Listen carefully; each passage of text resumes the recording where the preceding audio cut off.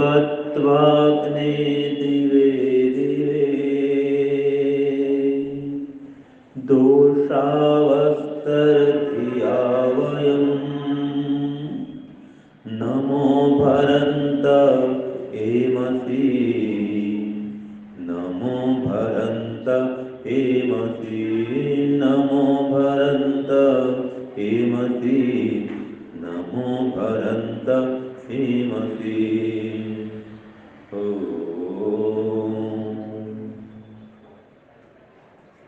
आर्य समाज मध्य राजकोट के प्रधान श्री अमृत भाई जी, उनका पूरा आर्य परिवार और इस वैदिक सत्संग में पधारे हुए सभी धर्म प्रेमी सज्जनों, वंदनीय पूजनीय मातृशक्ति। आज हम विचार करेंगे कि आनंद की प्राप्ति कैसे करें या आनंद को प्राप्त करने का उपाय क्या होता है। तो एक तो देखिए, आपको कोई भी वस्तु चाहिए, कोई सामान चाहिए, तो जहाँ पर पर्याप्त मात्रा में उपलब्ध है वहाँ जाना चाहिए। अगर आपको बर्तन लेना है तो बर्तन के भंडार में जाएं, आप बोलते हैं बासन भंडार, तो वहाँ जाएं। स्टील है, पीतल है, कांसा है, जो भी आपको चाहिए सब मिलता है वहाँ। चम्मच है या कटोरी है, गिलास है, थाली है, बाल्टी है, जो चाहिए सब मिलेगा वहाँ। तो अगर आपको बर्तन चाहिए तो बर्तन के भंडार के पास में या बर्तन के भंडार में जाना पड़ेगा।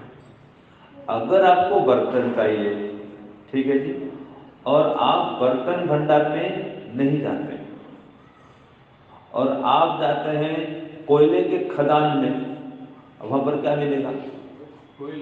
कोयला मिलेगा वहाँ तो बर्तन है ही नहीं, ठीक है। तो आपको जो चीज चाहिए उसके स्टोर में जाए। लोहा चाहिए तो लोहे के खदान में जाए, कोयला चाहिए तो कोयला खदान में जाए। तो इसी प्रकार से आपको आनंद चाहिए तो जो आनंद का भंडार है या जहाँ आनंद का भंडार है वहाँ जाए। तो आनंद का भंडार कौन है? आनंद का भंडार कौन है? ईश्वर। और वो कहाँ रहता है? सर्वव्यापक है। तो मतलब आनंद का भंडार हमारे चारों ओर ही भरा हुआ है, ठीक है। हमें आनंद को प्राप्त करने के लिए कहीं दूर जाने का आवश्यकता नहीं है, अपितु हमारे अंदर ही प्रवेश करने की आवश्यकता है। क्यों? क्योंकि देखिए, जैसे भी मैंने कहा, ईश्वर आनंद का भंडार है और आपने कहा जो सब जगह व्याप्त है, मतलब ईश्वर का आनंद भी सभी जगह व्याप्त हुआ ना जी।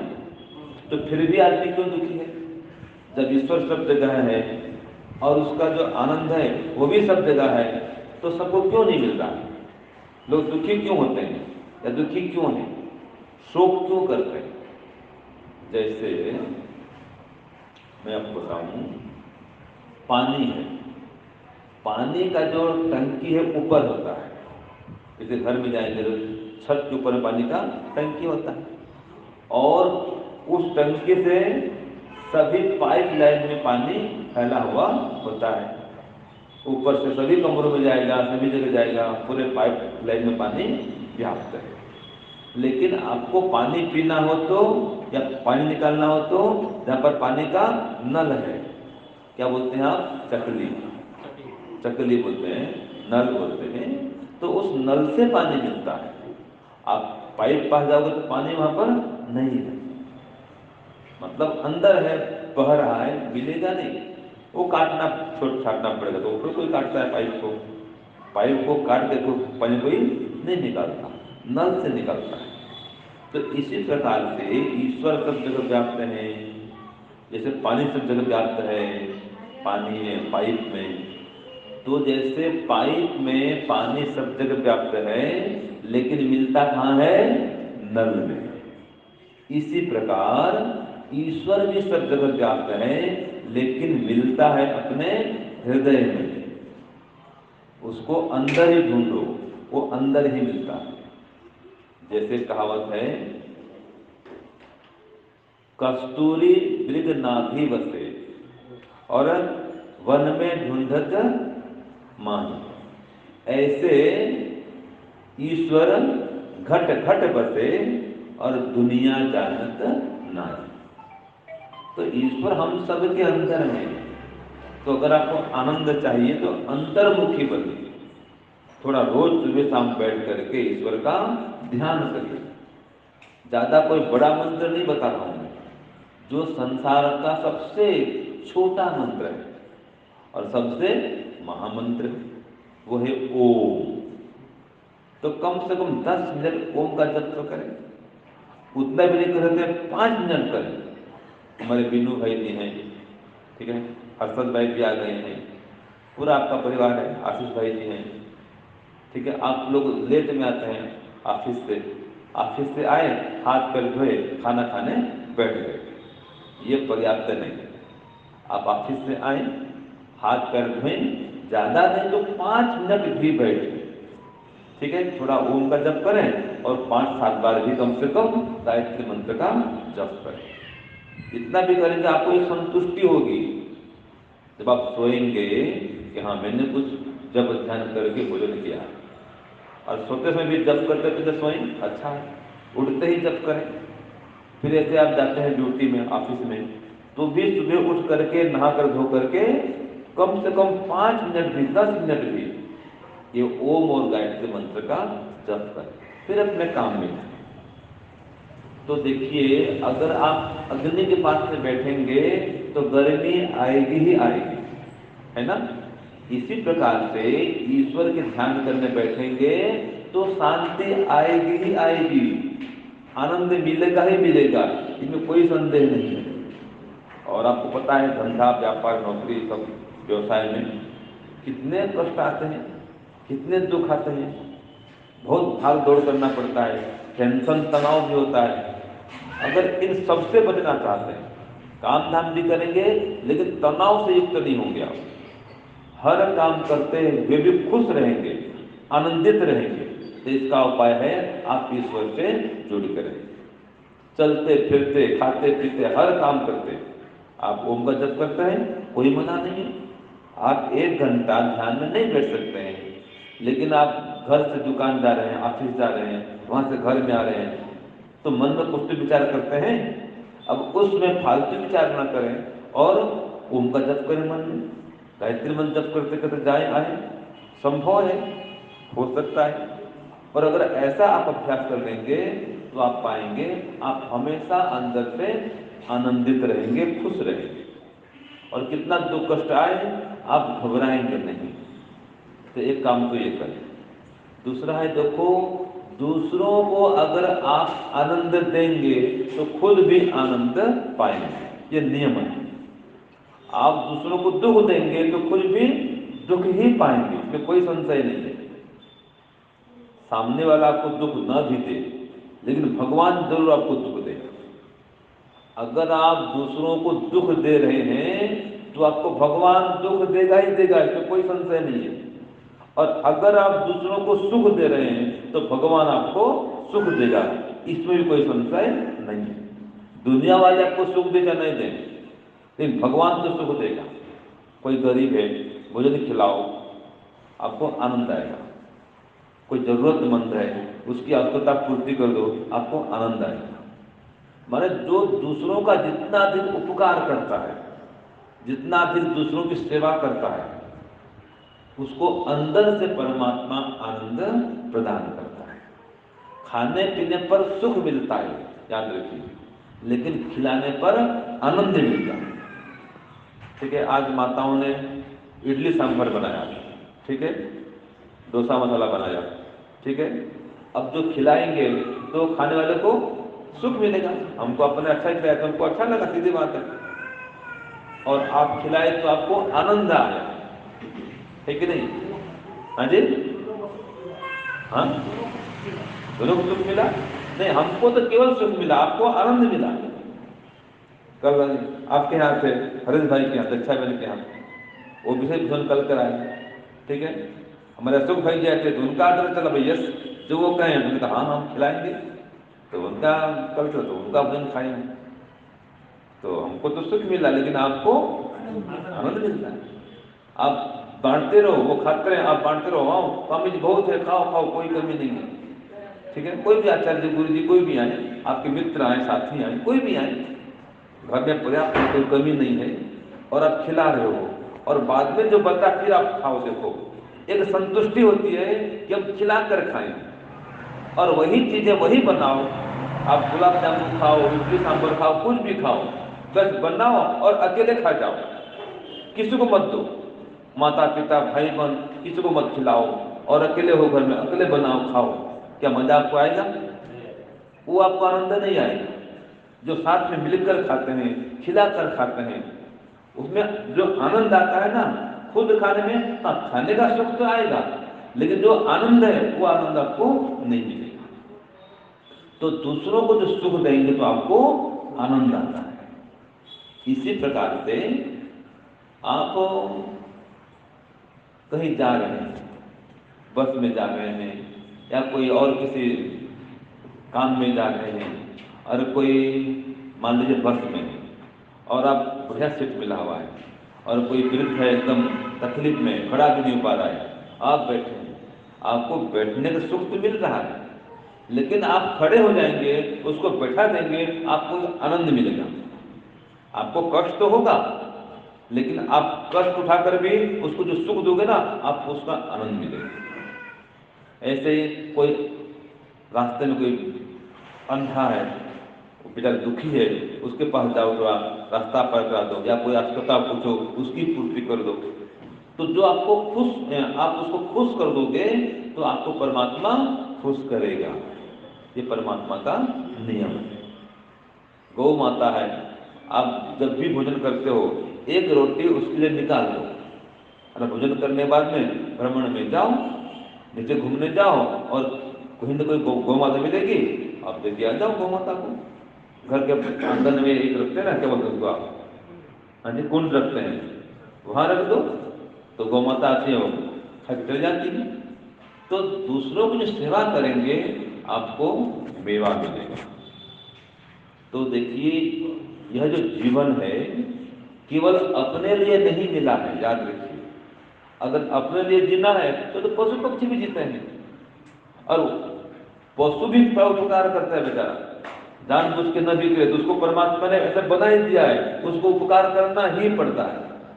गौ माता कितना उपकार करती है, ये पेड़ पौधे कितने उपकार करते हैं, माने ये चाहे कि ना चाहे इनसे तो उपकार हमारा होना ही है। तो अगर आप मनुष्य बन करके जानबूझ करके अपनी श्रद्धा से किसी का उपकार नहीं करेंगे तो मरने के बाद को उपकार तो करना ही पड़ेगा, और मजबूरी में करना पड़ेगा। पशु पक्षी बन के उपकार करना पड़ेगा। तो क्यों पशु पक्षी बनना भाई, फिर मनुष्य बने ना। तो इसलिए साईं इतना दीजिए, सुना आपने, साईं इतना दीजिए जामे कुटुंब समाए, मैं भी भूखा ना रहूं, साधु न भूखा जायो संतों, साधु न भूखा जाए। तो ये खिलाना बहुत बड़ा धर्म है। कोई ठंड से ठिठुर रहा है, आप एक कंबल दे दो, एक साल दे दो, उसको सुख मिलेगा, आपको उसका आनंद मिलेगा। और ये चीज आप देखिए, जो व्यक्ति जो कुछ भी देता है और जितना देता है, बदले में उसको परमात्मा उतना ही वापस कर देता है। अगर आप अन्न दान कर रहे हैं, याद रखिए आपको कभी भी अन्न की कमी नहीं होगी। आप वस्त्र दान कर रहे हैं, कभी आपको वस्त्र की कमी नहीं होगी।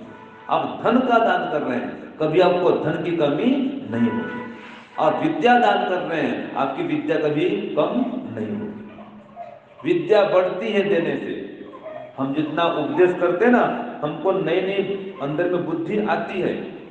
अभी आज मैं ये उपदेश करने बैठा, मैं कोई पुस्तक लेके नहीं आया हूँ, कोई कॉपी लेके नहीं आया हूँ, क्या बताऊँ क्या पढ़ाऊँ, मैं सोचा भी नहीं था। चलो बैठ जाते हैं, कुछ प्रेरणा करेंगे, बस जब बैठ गया, थोड़ा ये जब किया तो ऑटोमेटिक स्वतः परमात्मा से प्रेरणा हो गई कि तुमको ये बोलना है, इस विषय पर बोलना है, ऐसे बोलना है। और नए नए विचार मेरे पास में आ रहे हैं। क्यों आ रहे हैं? मैंने आपको देना आरंभ किया तो उधर परमात्मा में देना शुरू कर दिया। ठीक है, अगर मैं देने नहीं बैठता तो मेरी बुद्धि नहीं खुलती। तो आप जो कुछ भी आपके पास में है, जो भी है, जितना सामर्थ्य है, आप देना आरंभ करिए। देखिए आपका जो घर है वो पूरा एकदम भर जाएगा। तो धन है तो धन का दान करिए, अगर धन भी नहीं है तो श्रम दान करिए। कई लोग बोलते हैं कि स्वामी जी यही आपका ये दर्शन योग धाम बन रहा है, हमारे पास धन नहीं है, हम धन का दान नहीं कर सकते। तो कोई बात नहीं, धन का दान मत करो, आप वहां जाके रहो। धाम बनने वाला है, बहुत काम होता है। श्रम दान करो, वो भी एक दान है। धन का ही दान नहीं होता। आप समय दान करो, आप यहाँ बैठे बैठे उसका प्रचार करो, किसी को बताओ, समझाओ, ये भी एक दान है। तो दान कई प्रकार का होता है, लेकिन जो भी दान होता है वो अंदर से आनंद प्रदान करता है, याद रखिए। और अंतिम काल में दान ही व्यक्ति को सुख पहुंचाता है। आप जितना भी दान किए हैं, परोपकार किए हैं, वो दान ही अंतिम काल में व्यक्ति का मित्र होता है। मरने वाले का साथी कौन होता है? दान। ठीक है, अभी हमारे वो आ गए लालवाणी जी, है ना, लोकेश लालवाणी जी, हाँ लोकवाणी जी, लोकवाणी, हाँ लालवाणी जी वहाँ अहमदाबाद में गए, है ना, हाँ और है। तो ये हमसे पहले बोलते थे कि स्वामी जी आप यहाँ पर आए हमारे पहले वो थे, क्या नाम था? मदानी जी। क्या मदानी? दर्शन भाई मदानी, बहुत बड़े सेठ थे। मैं स्वामी जी आप आइए, मैं कुछ दान दिलाऊंगा, कुछ आपसे मैं ये कराऊंगा, उनका ऊपर बहुत धन है, बहुत पैसा है, आप आए, मैं उनको बोलूँगा, प्रेरणा करूँगा, कुछ आपको दान दिलाऊंगा। अब वो बोलते बोलते बोलते बोलते उनका उम्र तो था नहीं, लेकिन वो चले गए, दान नहीं कर पाए। और धन तब पड़ा है, धन तो खूब है। ठीक है, जिसके पास एक उदाहरण दिया मैंने, तो वो दान करूंगा करूंगा सोचते भी व्यक्ति रह जाता है और दान नहीं कर पाता है। सोचता है कि आप तो बहुत समय है, वृद्धावस्था में दान करूंगा, लेकिन आप वृद्धावस्था तक रहेंगे कोई गारंटी है? अब देखो हमारे अमृत भाई जी हैं, वो बड़े भैया हैं, बड़े भाई हैं, छोटे भाई भी हैं, बीच के भाई चले गए, तो क्या हम रहेंगे? गारंटी कोई है? हसन भाई परमार जी, उनकी माँ है और बेटे चले गए, क्या करेंगे बताओ? तो एक संसार में कब कौन चला जाए कोई भरोसा नहीं है। इसलिए जब तक है अपने हाथ से जो भी दान पुण्य परोपकार कर देंगे वो आपकी अपनी संपत्ति बन गई, वो साथ में ले करके जाएंगे। जो नहीं दान करेंगे वो तो यहाँ छूट गया। वो लाख जोड़ लो हीरे मोती, लाख जोड़ लो हीरे मोती, लेकिन याद रखना कफन में जेब नहीं होती है कि नहीं? कितना धन कमाओ, कफन में कोई जेब नहीं के लाभ लेके जा सकते हैं। हाँ लेके जाना है तो मेरे पास एक उपाय है। ठीक है, कोई चाहे स्वामी जी मैं कुछ लेके जाना चाहता हूँ, आप कोई उपाय बताओ, तो मेरे पास उपाय है। लाख जोड़ लो हीरे मोती और कफन में जेब ही जेब होती। जितना बड़ा जेब बनाना चाहो वो तैयार है। क्या उपाय उसका है? दान। आप जितना दान कर दिए हैं वो दान आप साथ में लेकर के जा रहे हैं, साथ में लेकर के जाएंगे। वो आपकी अपनी असली कमाई दान है, याद रखिए। आप चाहते मैं सोचते मैं दिन में 1 लाख कमाता हूँ, आप खाली कमाते हैं, लेकिन वो आपकी संपत्ति नहीं है। आपकी संपत्ति वो है जो साथ में जा सके।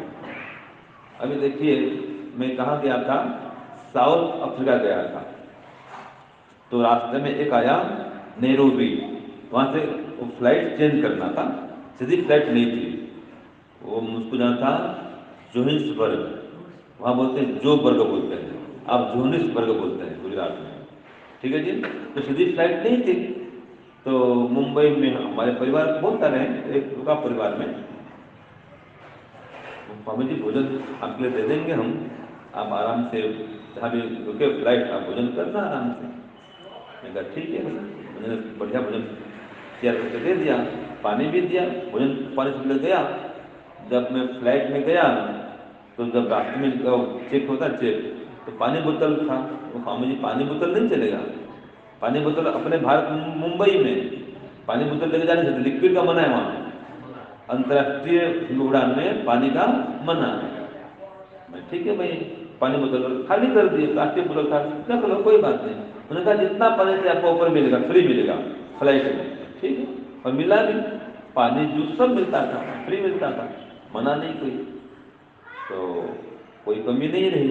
अब फ्लाइट से नीचे उतरा तो लगभग 4 घंटे का रेस्ट था, विराम था। अब मैं तो भोजन तो रखा हूँ, तो मैं तो निकाला अपना रोटी सब्जी जो दिए थे वो खाना खाया। अब प्यास तो लगे भाई, भोजन करेंगे तो 4 घंटा समय है तो क्या करूँ, देखा आस पास कोई नल भी नहीं है और मेरे पास पानी बोतल भी नहीं था, कहाँ से देखूँ मैं, ठीक है। तो मैंने कहा पानी तो पीना पड़ेगा। फिर पूछा फिर कहाँ पानी पीऊँ, कोई नल भी ऐसे ही पानी पीऊँ, अंजलि में पानी पीऊँ, हाथ में वो भी नहीं था।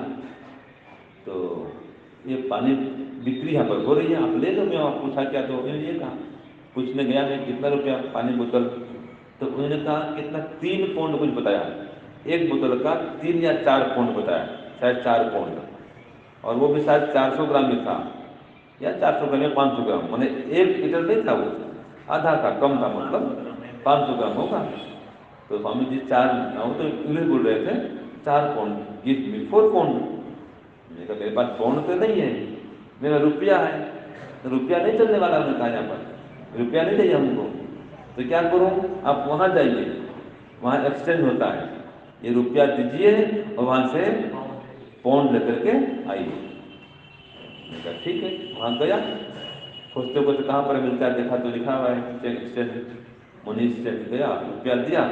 मैंने कहा मुझे 2 पौंड चाहिए, कम से कम 1 लीटर पानी चाहिए, तो 8 पौंड, हाँ 2 बोतल तब पानी का 8 पौंड चाहिए मुझे। तो उन्होंने कहा 800 रुपया दो, भारत में तब 80 रुपया था पौंड, अभी कितना है पता नहीं मुझे।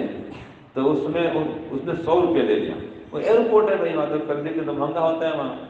तो 800 रुपया दिया और 8 पौंड लेकर के आया, और उसमें से 2 बोतल में पानी लाया, बताओ। तो वहां पर मेरा 800 रुपया काम आया नहीं आया, वो 8 पौंड काम आया। जब पानी खरीदना हो तो रुपया काम नहीं आया, बोले रुपया नहीं चाहिए, पौंड लाओ। तो देखो हमारे इसी धरती में ये रुपया वहां पर काम नहीं आया, वहां रुपये को पैसे में जाकर पौंड में बदले, अब जब बदलना पड़ा, तो जब वहां काम नहीं आ रहा है ये रुपया, तो हम जिस लोक में जाएंगे उस लोक में काम आएगा रुपया, ये कोई काम नहीं आएगा। जैसे मैंने पैसे को पौंड में चेंज किया, ऐसे जिस लोक में जाएंगे, अगर आपको कोई भी लोग भगवान भेजता है तो वहां सबका उसका एक करेंसी है, वो है पुण्य। वो पुण्य सब लोग में चलता है। तो जो पैसे को आपने पुण्य में कन्वर्ट कर दिया है, वो पुण्य सब जगह चलता है, ठीक है। तो पुण्य को बढ़ाओ, पैसे को पुण्य में कन्वर्ट करो, असली कमाई आपकी ये है। आज हम बैठे थे, हर्ष भाई, मैं, आपके भैया विनोद भाई सब बैठे थे, तो उन्होंने अच्छी बात बताई, उनका सार बता रहा हूँ। उन्होंने क्या कहा था जी, कि जो आप कमा कर खाते हैं, माने जो आप खा रहे हैं, ये आपके मेहनत की कमाई है। जो आप शांति से खा रहे हैं, प्रेम से खा रहे हैं, ये क्या है, ये कमाई मेहनत की है। और अगर आप खा रहे हैं और खिला भी रहे हैं, अब ये कमाई किसकी हो गई, पुण्य की कमाई हो गई। ये कमाई पुण्य है, खा भी रहे हैं और खिला भी रहे हैं, तो मेहनत तो है, हिसाब में पुण्य जुड़ गया, ये कमाई पुण्य की हो गई। और न खा रहे हैं और न खिला रहे हैं, ये पाप की कमाई है। व्यक्ति खा भी नहीं पाता है मुश्किल 2 सूखी रोटी खाता है और बस बिना घी वाला कुछ नहीं, केवल दाल दाल पानी पीता है, सूखी रोटी खाता है। कई लोग साक्षात देखा हमने, मिठाई खाना है, नहीं स्वामी मिठाई मना है, क्यों, डायबिटीज है। तो फरसान खाओ, नमकीन खाओ, वो नहीं खाना है, क्या बोलते उसको, कोलेस्ट्रॉल बढ़ जाएगा, बीपी है, नमकीन नहीं खा सकता। अब नमकीन भी नहीं खाए और मिठाई भी नहीं खाए, घी भी नहीं खाए, तेल भी नहीं खाए, क्या खाए, सूखा सूखा खाओ, ठीक है। और कई प्रकार के फल है, फल भी नहीं खा पाते, चीकू आदि है, वो मिठाई वो फल नहीं खा पाता है, खजूर मिठाई, वो चीकू नहीं चले उसमें। कोई गिने चुने फल खाएगा, थोड़ी दाल पानी और रोटी बस, और रोटी भी किसकी, वो जौ की रोटी, ठीक है जी। चावल भी खा नहीं सकता, वो चावल का आइटम नहीं खा सकता वो, तो क्या फायदा, रहता है इसी कमरे में, नींद नहीं आती, गोली खानी पड़ती है, फायदा क्या हुआ। तो पैसा बहुत बहुत कमाया तो भोग नहीं पा रहा है, और न किसी दान करता है, समझो ये पाप की कमाई है। तो हमको तो कमाई करनी है पुण्य की, तो खुद भी खूब प्रयोग करें। वेद कहता है वयम श्याम पतयो रही नाम, हम धन संपत्ति के स्वामी बने, खूब धन कमाएं, लेकिन धन को बांटें भी। शतहस्त समाहार सहस्त्र हस्त संकिरा, कि मनुष्यों तुम 100 हाथ से कमाओ और 1000 हाथों में उसका दान करो। तो दान के संबंध में कहा गया है, सीढ़ी चोंच भर ले गई, सीढ़ी चोंच भर ले गई, नदी न घटयो नीर, दान दिया धन ना घटे, कह गए दास कबीर, भक्तों कह गए दास कबीर। तो धन का दान जो भी करते हैं वो कभी कम नहीं होता है।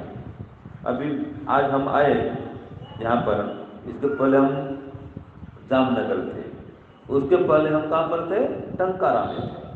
तो टंकारा में मैं स्वयं शिविर का अध्यक्ष था, ठीक है। तो मैंने कहा आचार्य जी को, आचार्य जी हम शिविर अध्यक्ष हैं, अब यहाँ पर कुछ दान पानी भी खर्च करना पड़ेगा ना भाई, तो चलो मैं भी कुछ दान करूँ।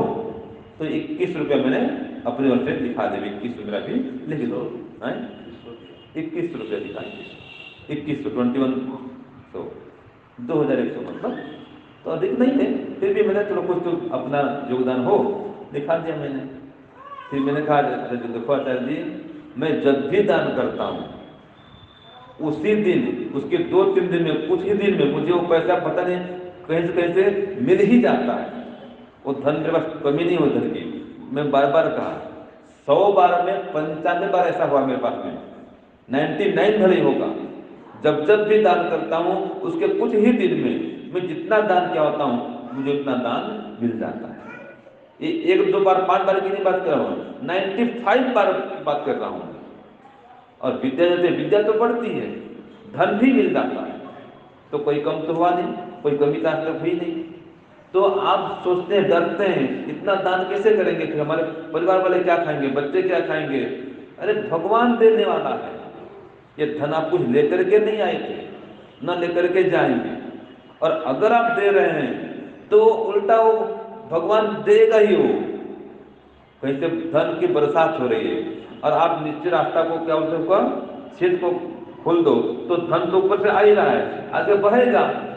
और अगर आप उस छेद को बंद कर दो तो धन तो आ रहा है, और छेद को खुला नहीं तो क्या होगा, वो बंद हो जाएगा, फिर नीचे धन नीचे गिरेगा। फिर मतलब धन का तो फ्लो तो आ रहा है, लेकिन आप नीचे उसका प्रयोग नहीं दे रहे, तो धन तो आ रहा है और आपने नीचे देना शुरू नहीं किया है, आपने छेद बंद कर दिया, तो नीचे तो धन जा नहीं रहा है, ऊपर से आ रहा है, तो क्या होगा, थैला तो भर गया। जब भर गया तो क्या होगा जी, थैला भर गया है और धन आई नहीं तो क्या होगा, नीचे गिरेगा, सीधी बात है। तो ये है धन बांटो, भगवान देगा ही देगा। धन की 3 गति होती है, दान, भोग और नाम। दान करना सबसे उत्तम है, और जो दान आपने कर दिया वो कम होगा नहीं, आप लिख के रख लो, तो दान करो, फिर भोग भी करो, खाओ पियो खिलाओ भी, अच्छा अच्छी बात है। न व्यक्ति दान करता है न भोग करता है, तो क्या होता है, उसका नाश होता है, वो होने ही वाली है। इसलिए धन का सदुपयोग करना चाहिए। अंतिम में एक छोटी कहानी बताऊंगा, फिर विराम करूंगा। तो कहानी के पहले कोई प्रश्न पूछना है तो पूछिए। ओम शांति, ओम शांति।